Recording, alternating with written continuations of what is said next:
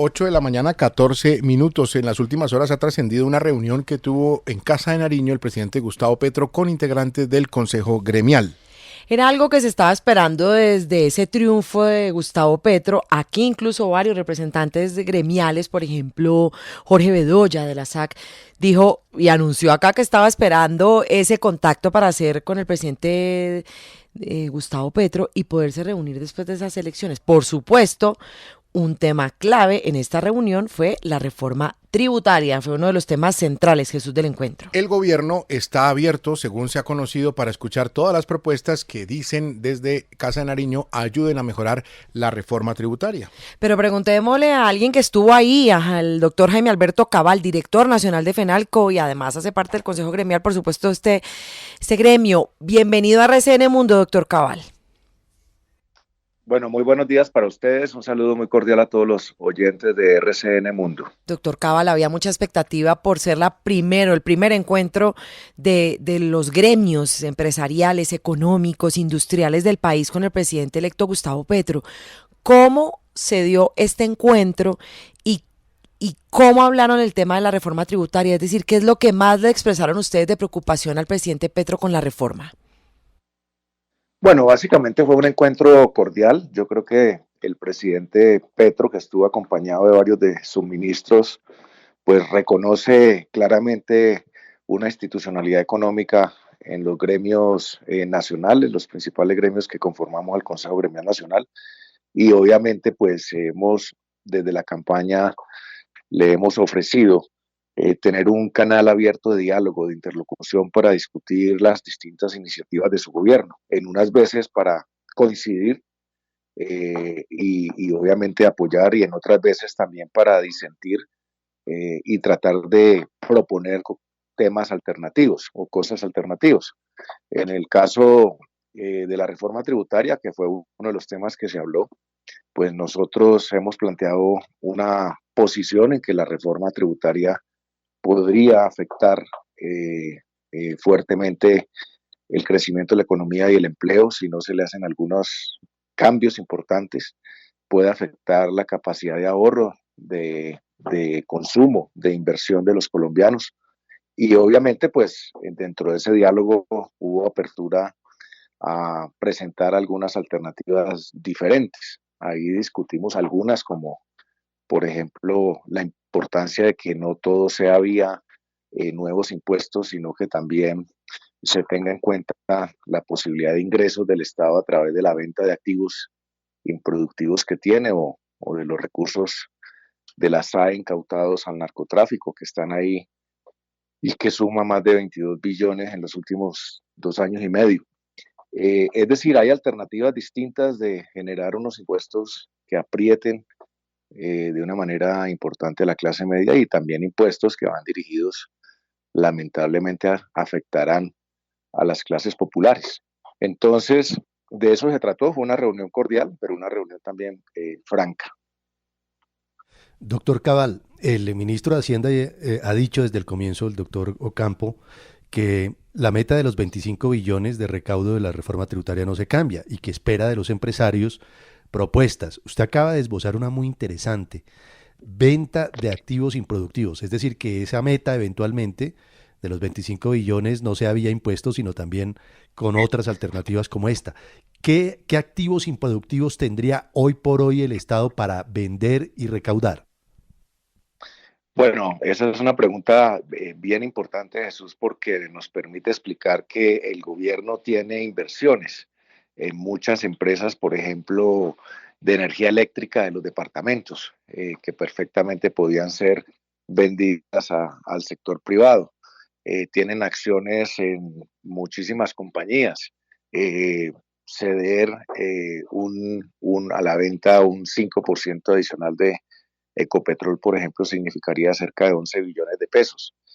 Hay de dónde vender activos improductivos y también los activos que están en la SAE, los activos incautados al narcotráfico, que lamentablemente tradicionalmente se han dado es en comodato o en administración y del cual se lucran unos muy pocos colombianos, pues pueden ser activos que pasen a ser parte de esa venta y por ahí un recaudo importante.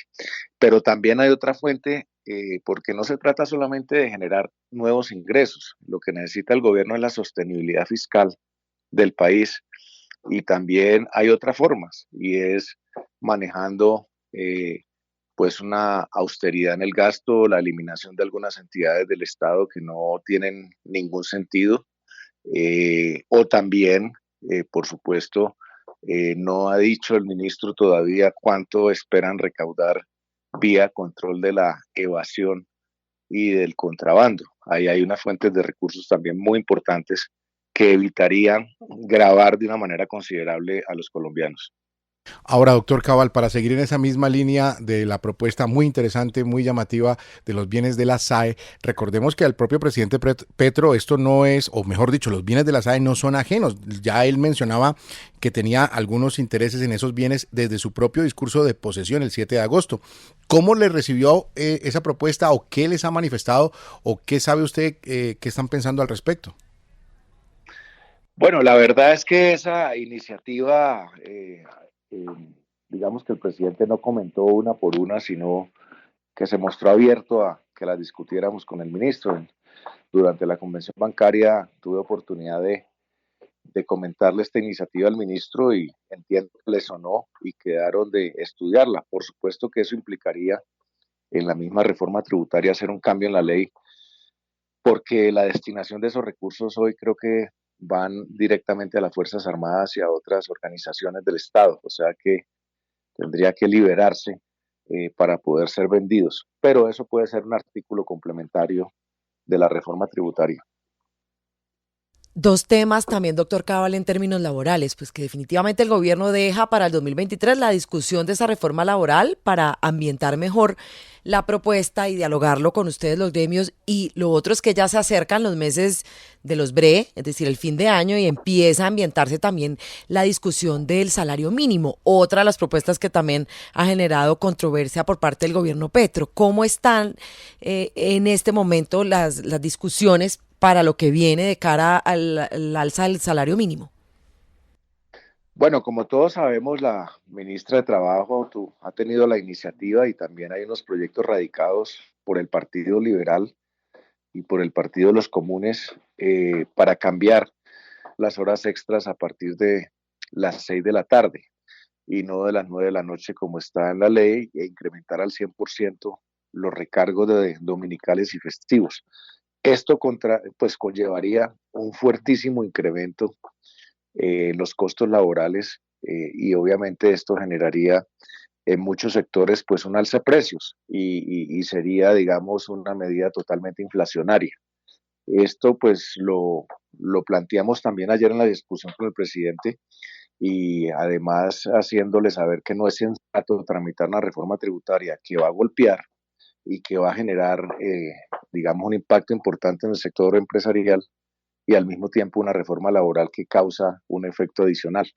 Por eso, pues sensatamente se tomó la decisión de aplazar, eh, aunque esa de pronto no es la decisión que más nos conviene, pero por lo menos no meterle esa carga de profundidad en este semestre al empresariado del país. Entonces se aplazó y por otro lado, pues obviamente el presidente le planteó a la ministra que hubiera un marco de concertación con el sector laboral, con los sindicatos y los gremios antes de presentar una nueva reforma laboral. 8:23, le agradecemos a Jaime Alberto Cabal, director nacional de FENALCO, la Federación Nacional de Comerciantes, por habernos acompañado aquí en RCN Mundo. Doctor Cabal, muchas gracias. Buen día. Muchas gracias a ustedes y feliz día. Usted está conectado a RCN Mundo, con todo el mundo.